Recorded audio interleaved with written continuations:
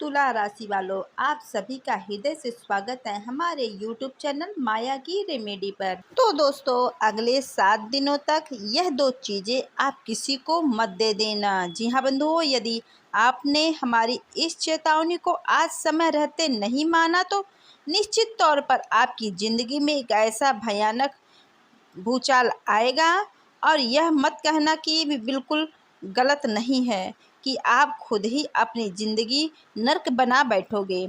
यह 2 चीज़ें आपके पास ऐसी है जो आपका सुरक्षा घेरा है, आपकी रक्षक है और आपके जीवन में हर एक खुशी को लाने वाली है। परंतु आपको इन 2 चीज़ों के बारे में कुछ भी नहीं पता है और ना ही आप इनके सही तरीके से प्रयोग करने को भी जानते हैं।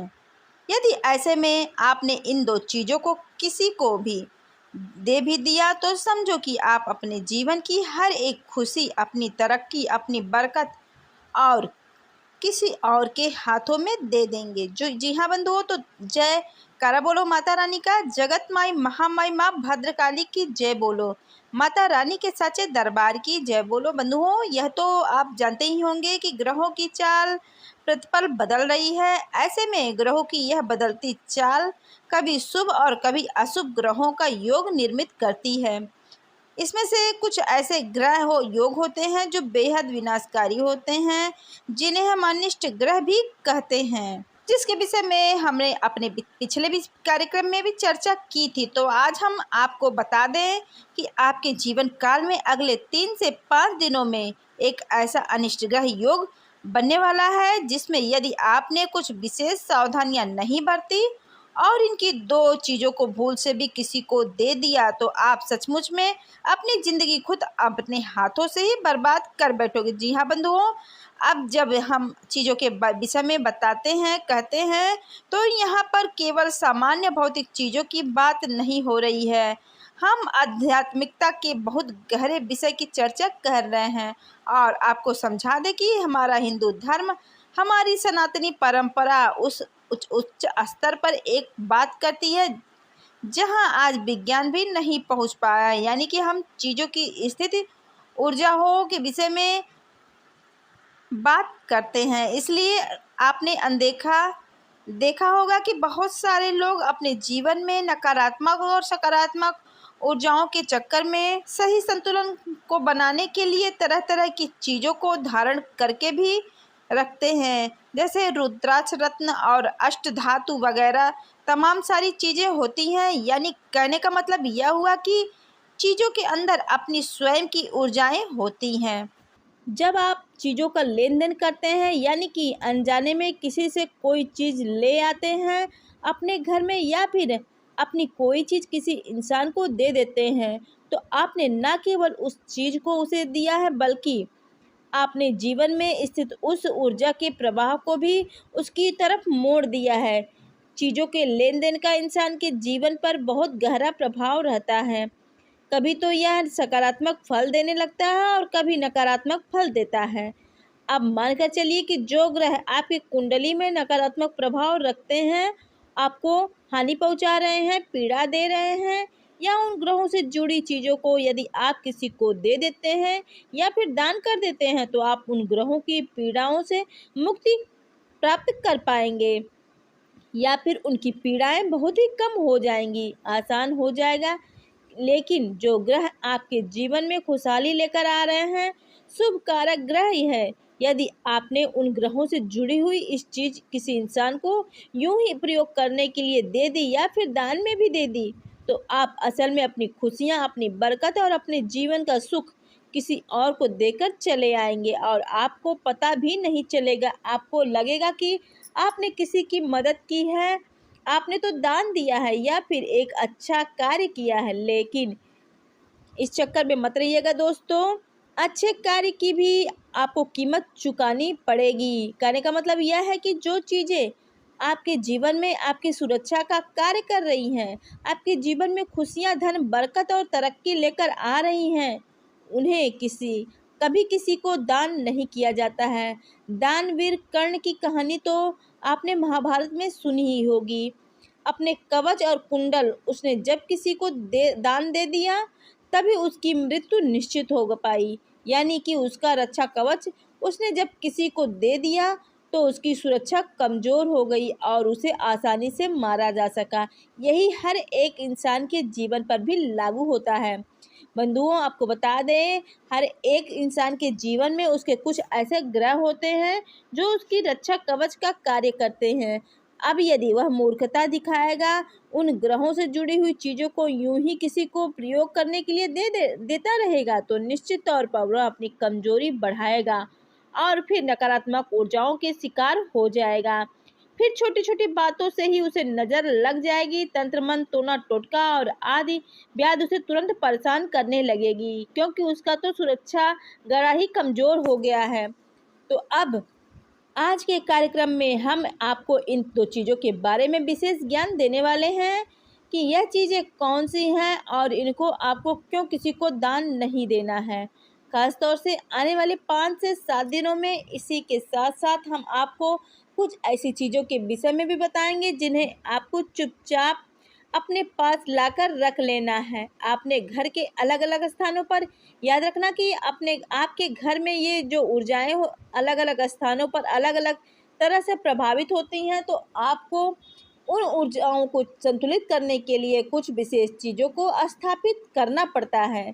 तो आपको उन चीज़ों को स्थापित करना होगा। उसके बाद आप देखेंगे कि आपके बिगड़े हुए काम भी बनने शुरू हो जाएंगे, या यूँ कह सकते हैं कि किस्मत आपका साथ देना शुरू कर देगी। भगवान आपका हाथ पकड़ लेंगे। याद रखना बंधुओं कि भगवान हमेशा आपको देना चाहते हैं, परंतु आप ही जो कहीं ना कहीं किसी न किसी प्रकार की भूल करते रहते हैं और आपकी इसकी वजह से भगवान से आपका सीधा संपर्क जुड़ नहीं पाता है, और जिसका जुड़ पाता है उसी की रातों रात तरक्की हो जाती है। एक बात याद रखना बंधुओं कि आपकी राशि के जातक एकमात्र ऐसी जातक होती है जो पूरी राशि चक्र में सबसे ज़्यादा कोमल हृदय के होते हैं, दूसरों के दुख से दुखी होने वाले होते हैं, हमेशा सबकी मदद करने वाले होते हैं। कभी कभी तो दूसरों की मदद करने के चक्कर में खुद भी परेशान हो जाने वाले हैं। और कितना ही दुख, कितनी ही तकलीफें मन में आप सहते हो, चेहरे पर एक मुस्कुराहट रखने वाले होते हैं। यानी कि आपके अंदर हर वो गुण होते हैं जो आपको कामयाब बना सकता है, ऊंचाइयों पर ले जा सकता है। परंतु कुछ छोटे छोटे दुर्गुण भी हैं, और वे दुर्गुण हैं कि आप चीज़ों को अनदेखा करते रहते हैं। लोगों की कही हुई बातों जो तो आपके दिल में चुपचाप जाती है और उन्हें आप हमेशा सोचते रहते हैं। आपके दिल में जगह दे देते हैं, अपने दिल में जगह दे देते हैं, लेकिन अपने आसपास की चीज़ों को कोई आपको कुछ उपाय बताए तो उन उपायों को भी, ज्ञान की बातों को आप तो ग्रहण तो करते हैं परंतु उपयोग नहीं करते हैं। अगर उपयोग करते भी हैं तो मन में तमाम तरह की शंकाएं रखते हैं, जिसकी वजह से आपकी तरक्की रुकी हुई है। भगवान से आपका नाता जुड़ नहीं पा रहा है। कुछ ऐसे कारण तो होते ही हैं जिनकी वजह से दुख उपजे हैं आपके जीवन में। यदि तकलीफें हैं, परेशानियां हैं, लाख प्रयास करने के बाद भी आपकी तरक्की नहीं हो पा रही है, आपकी तरक्की के रास्ते नहीं खुल पा रहे हैं, अपने दुखों से, दर्द और तकलीफों से छुटकारा प्राप्त नहीं कर पा रहे हैं, तो कहीं ना कोई कमी तो होगी ही। आज हम उसी कमी के विषय में बात करने वाले हैं। जी हाँ बंधुओं, याद रखना कि जो ज्योतिष कार्यक्रम है यह पूर्ण रूप से ज्योतिष आकलन पर, आपकी कुंडली पर और माता रानी के द्वारा दी गई विशेष अनुभूतियों और कृपा आशीर्वाद पर आधारित है। आज आपने यह कार्यक्रम नहीं देखा तो आप निश्चित तौर पर यह भूल करेंगे कि अपनी ही चीज़ों को दे देंगे किसी और को, और फिर भयंकर समस्याओं में फिर घिर जाएंगे, दुखी हो जाएंगे और लंबे समय तक इन पीड़ाओं को सहते रहेंगे। तो आपको यह पूरा कार्यक्रम देखना ही होगा, अंत तक देखना है, क्योंकि यह केवल और केवल आपके लिए तैयार किया गया है। तभी हमारी मेहनत और माता रानी के प्रति हमारी भक्ति सफल हो पाएगी। उम्मीद करते हैं बंधुओं कि आप हमारी बातों को समझ रहे हैं, भावनाओं का सम्मान कर रहे हैं और कार्यक्रम में अंत तक अवश्य देखे ठहरेंगे, क्योंकि यह आपके लिए ही बनाई गई है। यह आपके लिए रामबाण औषधि है, आपको ग्रहण करके ही होगी। आपकी तरक्की इसी से निर्धारित है। तभी आपका रुगड़ हुआ जीवन हिष्ट पुष्ट हो पाएगा और आप अपने जीवन में तेज रफ्तार से दौड़ पाएंगे कामयाबी को प्राप्त करने के लिए। तो चलिए बंधुओं, आज के इस विशेष कार्यक्रम को शुरुआत करते हैं। माता रानी को याद करते हुए कमेंट बॉक्स में लिख डालिए, जय मां भद्रकाली रक्षा करो। माता रानी निश्चित तौर पर आपकी रक्षा करेंगी, हमें पूर्ण विश्वास है। इसी के साथ साथ बंधुओं, यदि आप इस चैनल कार्यक्रम में पहली बार आए हैं तो आप इस चैनल को सब्सक्राइब अवश्य कर लें, क्योंकि हम विशुद्ध ज्योतिष और आध्यात्मिक ज्ञान आपके लिए प्रतिदिन लेकर आते हैं। तो लोग हमें नकल करके उल्टी सीधी बातें फैलाते रहते हैं, लेकिन श्रेष्ठ ज्ञान केवल हम ही आपको देते हैं। दोस्तों, अगर इस चैनल कार्यक्रम पे नए हैं तो मेरे चैनल को सब्सक्राइब करिए और वीडियो को लाइक कीजिए, कमेंट भी करिए। कमेंट में जय मां भद्रकाली आप अवश्य लिखिए। तो आगे बढ़ते हैं दोस्तों। अब ध्यान से सुनिए। पुराने जमाने में लोग रीति रिवाज और परंपराओं को बहुत दिल से निभाया करते थे। मतलब यह है कि जब कोई आदमी अपने घर से किसी जरूरी कार्य के लिए निकलता था तो घर की महिलाएं उसके लिए दही शक्कर तैयार रखती थी, उसके माथे पर टीका लगाकर ही उसे जाने देती थी। और जब बहुत शुभ कार्य होता था तो एक जल का कलश भरकर दरवाजे पर दाहिनी ओर रख दिया जाता था और उसमें एक सिक्का डालकर ही वह इंसान घर से बाहर निकलता था। और जब इन नियमों का पालन करके वह अपने कार्य पर जाता था तो कार्य सिद्धि निश्चित हुआ करती थी। आपने देखा ही होगा कि पिछले जमाने में, हम आज से 20 साल पुरानी बात कर रहे हैं, तब लोग दुखी कम रहते थे। चाहे चीजें उनके पास भले ही कम हो, संसाधन भले ही कम हो, लेकिन खुशी बराबर रहती थी। एक चीज याद रखना कि जीवन में सुख को महसूस करने के लिए चीज़ों की कोई आवश्यकता नहीं होती है। चीज़ें तो माध्यम मात्र हैं जो आपको खुशी दे भी सकती हैं और नहीं भी दे सकती हैं। अब आप कहेंगे कि यह आप कैसी बात कर रहे हैं, चीज़ों में तो बहुत आनंद है प्राप्त होता। तो मानकर चलिए कि आपने एक कार खरीद ली और उसकी किस्त बनवा रखी है। अब कार तो आपको सुख दे रही है, लेकिन उसकी जब किस्त आती है तो आपका बैंक बैलेंस खाली हो जाता है। आपकी आधी से ज़्यादा कमाई उसी में चली जाती है। तो कुछ समय तक वो यह सुख लगेगा, लेकिन कुछ समय बाद यही सुख दुख में बदल जाएगा और आप कार को छोड़कर अपने कटने वाले बैंक बैलेंस पर ध्यान देंगे और कहेंगे कि मैं तो फंस गया, मेरे तो पैसे ही बर्बाद होते चले जा रहे हैं। यानी कि जो सुख था वही दुख में बदल गया। तो चीज़ों पर निर्भर रहकर सुखी होना असल में मूर्खता भी है और अज्ञानता भी। पुराने ज़माने में लोग इन बातों को अच्छी तरह से समझते थे। पेड़ के नीचे बैठकर बढ़िया कुएं का ठंडा पानी पीकर और हाथों में पंखा को लेकर पंखे डुलाकर मस्त रहते थे। ना कोई एसी, ना कोई लाइट, ना कोई एसी, ना कोई लाइट और ना ही कोई कूलर। पंखे की आवश्यकता भी नहीं थी। तब भी लोग खुश रहते थे। दूसरों के सुख दुख में उसके साथ रहते थे, उसका सुख दुख बांटते थे और एक दूसरों की मदद करते थे। चेहरे पर मुस्कुराहट रहती थी। और आज के समय के इंसान की क्या दशा है, लाखों करोड़ों रुपए भले ही कमा रहा होगा, लेकिन चेहरे की हालत ऐसी होगी जैसे कि दिया बुझने ही वाला है। हमेशा दुखी, हमेशा रोता हुआ, व्याकुल और परेशान रहता है। समय तो ऐसा आ चुका है कि जिसके पास धन दौलत नहीं है वह तो दुखी है ही कि भाई हम परेशान हैं, पैसा नहीं है, ज़रूरतें नहीं पूरी कर पा रहे हैं। जिसके पास धन दौलत है वह भी दुखी है, भाई इतना सारा पैसा आ रहा है, कहीं वह चोरी ना हो जाए, कहीं घाटा ना पड़ जाए, कहीं कोई ऐसी बात ना हो जाए जिससे वह पैसा छिन जाए। और कंपटीशन इतना ज़्यादा है कि दिन रात दिमाग में घमासान मची रहती है। ज़िंदगी का सुख लेना ही भूल गए हैं, बच्चों का परिवार का आनंद लेना ही भूल गए हैं। तो कहने का मतलब यह है कि हमें असल में अपनी जीवन की ऊर्जाओं को संतुलित करना होगा। और हम कैसे करेंगे? चीज़ों के सही प्रयोग से। हमारे शरीर में जो ऊर्जा वास करती है, बिल्कुल वही ऊर्जा इस संसार के हर एक चीज़ में है, हर एक जीव जंतु में वास करती है, जिसे हम परम तत्व की ऊर्जा कहते हैं, ईश्वर की ऊर्जा कहते हैं। श्रीमद् भागवत में यह कथा यह मिलती है, जिसमें कि ईश्वर को न केवल इंसानों की मदद अंदर बताया गया है, बल्कि हर एक भौतिक चीज के में देखा गया जा सकते हैं, छू सकते हैं, महसूस कर सकते हैं। इसमें भी ईश्वर का वास माना गया है, फिर चाहे वह पत्थर ही क्यों ना हो, पानी ही क्यों ना हो, हवा ही क्यों ना हो, अग्नि ही क्यों ना हो। तभी हमारे हिंदू धर्म में इन सब चीज़ों को भी देवताओं की तरह पूजा जाता है। तो अब यहाँ तक की सारी बातें आपको हमने इसलिए बताई हैं ताकि आपको जीवन में क्या करना है इसके लिए श्रेष्ठ मार्गदर्शन प्राप्त हो सके। अब हम आपको कुछ ऐसी चीज़ों के विषय में बताएंगे जिन्हें आपको अपने घर में के कुछ विशेष स्थानों पर निश्चित तौर पर रख लेना चाहिए। इससे आपके घर की ऊर्जा इतनी संतुलित हो जाएगी कि आपके घर में धन दौलत खिंची चली आएगी। केवल धन दौलत ही नहीं दोस्तों, आपके घर में खुशियाँ भी आएगी, क्योंकि पैसा आ जाने से खुशी आ जाएगी, इस बात की कोई गारंटी नहीं है। तो खुशियाँ अलग बात है और धन दौलत अलग बात है। तो अब ध्यान से सुने। सबसे पहली चीज़ है कि सूर्य यंत्र।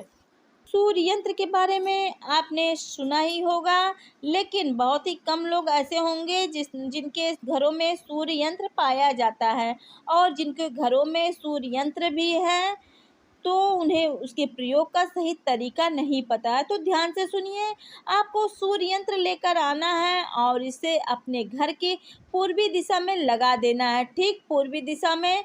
अब बहुत से लोगों को अपने घर की दिशाओं का सही ज्ञान भी नहीं होता है, तो आपको एक दिन ऐसे समय पर सोकर जगना है जब सूर्य उदित होते हैं, और जब सूर्य उदित होंगे तो ठीक वह पूर्व दिशा होगी, आपको पता भी चल जाएगा। हम आपको भी बता देते हैं कि हो सकता है आपके घर के कोने की तरफ से पूर्व दिशा पड़ती हो, आप सामने की ओर इसे मानकर बैठे हों, और आप सामने की ओर इसे मानकर बैठे हो, तो ऐसे में जिसे आप पूर्व कहते हैं वह तो पूर्व दिशा होगी ही नहीं। तो इस बात का आपको ध्यान रखना होगा। दिशा विशेष तौर पर स्थापित की जाने वाली चीज़ों को उसी दिशा में स्थापित होना चाहिए, तभी उसका प्रभाव सकारात्मक होते हैं, वरना नकारात्मक प्रभाव भी प्राप्त होने लगते हैं। अब सूर्य यंत्र कैसे चुने? तो सर्वोत्तम होगा कि आप पीतल का सूर्य यंत्र चुने। आकार चाहे कैसा भी हो, कोई फर्क नहीं पड़ता, तांबे का या फिर प्लास्टिक का या फिर किसी भी अन्य प्रकार के मटेरियल का कोई सूर्य यंत्र आप लेकर ना आए, वरना आप यह अपशगुनी होगा। बहुत से लोगों के यहाँ हमने तांबे का सूर्य यंत्र भी देखा है, जो कि बिल्कुल ठीक नहीं है, शास्त्र विरुद्ध है, तो आप ध्यान से रखें। दूसरा, कामधेनु गाय। जी हाँ दोस्तों, कामधेनु गाय का नाम ही वह आपकी हर एक मनोकामना को पूरी करने वाली है। अब कामधेनु गाय की मूर्तियाँ बाजार में मिल जाती हैं, तो इसके लिए आप मिट्टी की मूर्ति चुने, वह सर्वश्रेष्ठ होगी। किसी भी धातु की या कांच की या प्लास्टिक वगैरह की प्लास्टिक मूर्ति बिल्कुल भी लेकर ना आए। इनके लिए सबसे सकारात्मक के साथ साथ नकारात्मक प्रभाव भी हैं, परंतु मिट्टी की मूर्ति के कोई नकारात्मक प्रभाव नहीं है। अब कामधेनु गाय को कहाँ रखना है? इसे आपको अपने घर में ठीक नैऋत्य कोण में रखना है। नैऋत्य कोण कहाँ है? घर की पश्चिम दिशा और दक्षिण दिशा के ठीक बीचों बीच जो कोना दिखाई देता है उसे नैऋत्य कोण कहा जाता है। वहाँ माता लक्ष्मी का वास होता है। यदि वहाँ पर आप कामधेनु गाय को स्थापित कर देते हैं तो आपकी धन से, मानसिक शांति से और पारिवारिक प्रेम से संबंधित हर एक समस्या समाप्त हो जाएगी। माता लक्ष्मी खिंची चली आएंगी। इसी के साथ साथ बंधुओं, आपको झरने की एक तस्वीर लानी है जिसमें पानी गिरता हुआ दिखाई दे और पानी आपकी ओर आता हुआ दिखाई दे, दाएं बाएं नहीं या फिर दूर जाता नहीं दिखना चाहिए। झरने से पानी गिर रहा है और वह आपकी ओर आता दिख रहा है। इस तस्वीर को, इस सीनरी को आप अपने घर की उत्तरी दीवार पर लगाना।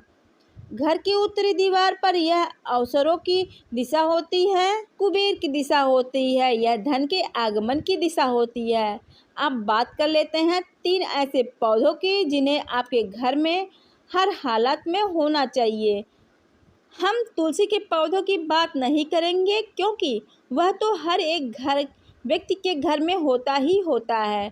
बस तुलसी के पौधों की जगह आपके घर का ब्रह्म स्थान है, जिसे हम आंगन कहते हैं, या फिर आपके घर के ठीक बीचों बीच स्थित स्थान को ब्रह्म स्थान कहा जाता है।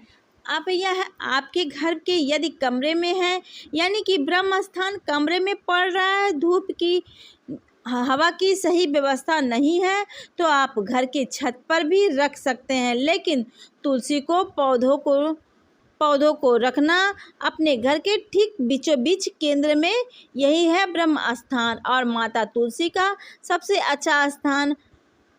अब हम बात करते हैं कि इन 3 पवित्र पौधों की। तो सबसे पहला पौधा बेलपत्र का, दूसरा पौधा है आंवले का पौधा और तीसरा पौधा है केले का पौधा। तीनों ही पौधों का अत्यधिक महत्व है। बेलपत्र के पौधों को आपको इंसान कोण में लगाना है, यानी कि वहाँ पे आपको रखना है। आपके घर की पूर्व और उत्तर दिशा के ठीक बीचों बीच भोले बाबा की दिशा होती है, जिसे हम ईशान कोण भी कहते हैं। आपको बेलपत्र के पौधे को इसी दिशा में रखना है और इसके नीचे एक छोटे से शिवलिंग अवश्य रखें। बेलपत्र के नीचे भोले बाबा को स्थान अवश्य दें, यह बहुत ही शुभ कारक है। और कोशिश करें कि प्रतिदिन स्नान करने के बाद कुछ बूंदें जल की शिवलिंग के ऊपर चढ़ा दिया करें। बस इससे आपका काम हो जाएगा। बहुत ही शुभ वातावरण आपके घर में निर्मित होने लगेगा। अब आपके घर में यदि इन दिशाओं में हवा पानी की सही व्यवस्था नहीं है, तो आप घर के छत का प्रयोग कर सकते हैं। अब बात करते हैं केले के पौधे की। तो केले के पौधे को आपको उत्तर दिशा में लगाना है। यह नारायण का शुद्ध स्वरूप है, माता लक्ष्मी का स्वरूप है, साथ ही साथ ग्रहों में गुरु ग्रह का प्रतीक है। और अभी गुरु ग्रह वैसे भी बकरी चाल चल रहे हैं, तो इनके नकारात्मक परिणाम भी आपको देखने को मिलेंगे। तो इससे बचने के लिए आप केले के पौधों को घर के उत्तर दिशा में लगाइए। साथ ही साथ प्रतिदिन शाम के समय गाय के घी का एक छोटा सा दीपक इस केले की जड़ के पास जलाइए। ग्रह के नकारात्मक प्रभाव अपने ऊपर नहीं पड़ेंगे। तो अब बात करते हैं तीसरे पौधे की, यानी कि आंवले के पौधे की। तो आंवले के पौधे का बहुत महत्व अधिक है। साक्षात लक्ष्मी का वास होता है इसके हर एक भाग में। साथ ही यह 7 पितृ पूर्वजों का भी वास आंवले के पौधे के नीचे माना जाता है, यानी कि जड़ और तने के भाग में तो आपको आंवले का पौधा लगाना है, लेकिन इसे आपको अपने घर के दक्षिण दिशा में लगाना है। इन 3 पौधों को आपके घर में अवश्य ही होना चाहिए, और यदि नहीं है तो बाजार से ले आइए और अपने घर में लगाइए। यदि लगा रखे हैं तो दिशाओं का सही ज्ञान भी रखिए। यूं ही कहीं भी किसी भी पौधे को नहीं लगाइए, वरना सकारात्मक की जगह नकारात्मक फल प्राप्त होने लगते हैं। मनी प्लांट के साथ ही यही होता है। मनी प्लांट को लगाने के लिए सर्वश्रेष्ठ जगह होती है घर का आग्नेय कोण। यहाँ आपका पैसा ठहरता है, यानी कि आपके घर में जितने भी फिजूल खर्च होती है, जितने भी अनजान खर्चे होते हैं, जहाँ से पैसा निकलता है वह आग्नेय कोण के दूषित होने की वजह से ही होता है। अब यदि आप वहाँ पर मनी प्लांट का पौधा लगा देते हैं और वह भी कच्ची मिट्टी में गमले में, तो वह शुक्र को स्थापित करेगा, भगवान गणपति का सूचक है और पैसे को कैद कर लेगा, यानी कि घर में एकत्रित होने देगा। आपका बैंक बैलेंस बढ़ेगा, इसलिए इसका नाम मनी प्लांट है। यह भगवान गणेश का सूचक माना जाता है, लेकिन आप देखेंगे कि लोगों का जहां मन करता है घर में वहीं मनी प्लांट का पौधा रख देते हैं। तो इसके जो मौके और अवसर आपके घर में आने चाहिए वे रुक जाते हैं, क्योंकि मनी प्लांट का काम है चीज़ों को स्थिर कर देना, उन्हें जाने ना देना। कहीं भी हिलने ना देना। तो आपके पैसे की जगह पर यदि वह रखा है तो खर्चों की जगह पर तो उन्हें वह रोक कर देगा, पैसा आपका रुकेगा, खर्चे भी कम होंगे। लेकिन यदि पैसे की आवक चली वाली जगह पर रख दिया जाए, यानी उत्तरी दिशा में रख लिया जाए, तो पैसे की आवक भी रोक देगा। या फिर आप कहेंगे कि हमारी आमदनी कम होने लगी है, पैसा कहीं भी जाता है तो वापस नहीं आता है, किसी को दे दो तो वह लौट कर नहीं आता है, अटकता रहता है। इसी के साथ साथ कई जगह पर हमने देखा है कि मनी प्लांट की जो बेल होती है वह ऊपर न जाने के बजाय ज़मीन पर या यानी कि नीचे की ओर जा रही है। यह भी बेहद ही अपशगुनी होता है, यानी कि यह पौधे की कुछ विशेष उद्देश्य के हेतु प्रयोग किए जाते हैं तो ये तो थी कुछ चीज़ों के विशेष जानकारी जिन्हें आपको अपने घर में रखना चाहिए। अब बात करते हैं उन 2 चीज़ों के विषय में जिन्हें आपको भूलकर भी किसी को अगले 5 से 7 दिनों में नहीं देना है। तो ध्यान से सुने। सबसे पहली चीज़ है आपको इत्र। आप जो परफ्यूम होता है वह आपको किसी को नहीं देना है, और आपके सफ़ेद रंग का कोई भी वस्त्र आपको अगले 5 से 7 दिनों में इन चीज़ों को किसी को भी नहीं देना है, क्योंकि इसका सीधा संबंध शुक्र के साथ है, और जिसका शुक्र नीच का हो जाता है वह नकारात्मक फल देने वाला हो जाता है। तो सबसे पहले उसके जीवन में धन दौलत और आमदनी को रोक देने का कार्य शुरू हो जाता है, यानी कि पैसा आपका रुकने लगेगा, जाने लगेगा, साथ ही साथ आपकी खुशियाँ, आपका सुख चैन भी गायब होने लगेगा। तो आपको यह बिल्कुल भी नहीं करना है, और ऐसा इसलिए क्योंकि शनि अपनी बकरी चाल से मार्गी होने वाले हैं। शनि का प्रभाव बहुत अधिक है, साथ ही साथ गुरु भी बकरी चाल चल रहे हैं। तो ऐसे में आपको शुक्र से जुड़ी चीज़ें किसी को भी नहीं देनी है, क्योंकि शनि और शुक्र आपस में परम मित्र हैं। यदि शनि प्रभावित होंगे तो शुक्र को भी निश्चित प्रभावित करेंगे। आपने अक्सर देखा होगा कि जिनके जीवन पर शनि के दुष्प्रभाव शुरू होते हैं तो सबसे पहले उनकी धन दौलत ही छीनी जाती है, यानी कि शुक्र से जुड़ी हुई चीज़ें छिन जाती हैं। चैन सुकून गायब हो जाता है, क्योंकि शनि शुक्र को तुरंत इस बात के लिए आदेश दे देते हैं, और शुक्र अपनी खुशियों को रोक देते हैं, अपनी कृपा को रोक देते हैं। तो यह आपको नहीं करना है। दूसरा, अपने जूते, अपने काले वस्त्र, कमर से नीचे पहने जाने वाले वस्त्र और अपना वाहन, जी हाँ बंधुओं, आपको किसी को भी अगले 5 से 7 दिनों में नहीं देना है। इसका कारण भी वही है कि शनिदेव से जुड़ी हुई ये चीज़ें, और शनिदेव को चीज़ों का लेन देन बिल्कुल भी पसंद नहीं है। याद रखना कि शनिदेव नियम और संयम को मानने वाले देवता हैं, और जो लोग नियम संयम को मानते हैं, अपने काम से काम रखते हैं, मेहनत करते हैं और चीज़ों को यूं ही किसी को नहीं देते हैं, उन लोगों से शनिदेव प्रसन्न रहते हैं। तो आपको इन चीज़ों का लेन देन अगले 5 से 7 दिनों में भूलकर भी नहीं करना है, वरना आप भयंकर तकलीफ और पीड़ाओं आकर्षित कर लेंगे। और देखिए, शनि, राहु, शुक्र, केतु ये ऐसे ग्रह हैं जिन्हें क्रूर ग्रह कहा जाता है। कुछ तो राक्षस ग्रह भी कहा जाता है। शुक्र भी एक राक्षस ग्रह है, तो इनकी क्रूरता की कोई सीमा नहीं है। अब आप ध्यान से सुनिए। हमारे सारे लोग ऐसे हैं जिन्हें इतना घाटा पड़ता है कि बेचारों का जीवन में गलत कदम तक उठाना पड़ता है, और जीवन का अंत भी करना पड़ता है। और यह क्यों हो रहा है? क्योंकि यह शुक्र की पीड़ा है, क्योंकि शुक्र राक्षस ग्रह है। यह आपकी जान लेने से भी नहीं हिचकते हैं। तो जहाँ यह आपको स्वर्ग भी पहुंचा सकता है, वहीं यह आपको जीते जागते नर्क में भी झोंक सकता है। इसलिए इन बातों को हल्के में मत लेना। पीड़ाएं आएंगी तो कितनी बड़ी आएंगी, कोई इसकी सीमा नहीं है। कुछ पता नहीं, बेहतर है कि तैयारी करके रखो और पीड़ा के प्रभाव को पहले ही कमज़ोर बना दो, तो आप उन्हें आसानी से सह भी जाएंगे। बाकी यदि भगवान की आपसे ऊपर दया है, आपके ऊपर भगवान की दया है, उनकी कृपा है, कुल देवता और पितृ देवताओं का आशीर्वाद है तो आपका कोई बाल भी बांका नहीं कर पाएगा। परंतु आपको उपाय तो करने ही पड़ेंगे। तो आज के इस कार्यक्रम में हमने आपको सारी बातें विस्तार से बताई हैं। जीवन उपयोगी बातें हैं, उन्हें अपने जीवन में अवश्य उतार लेना।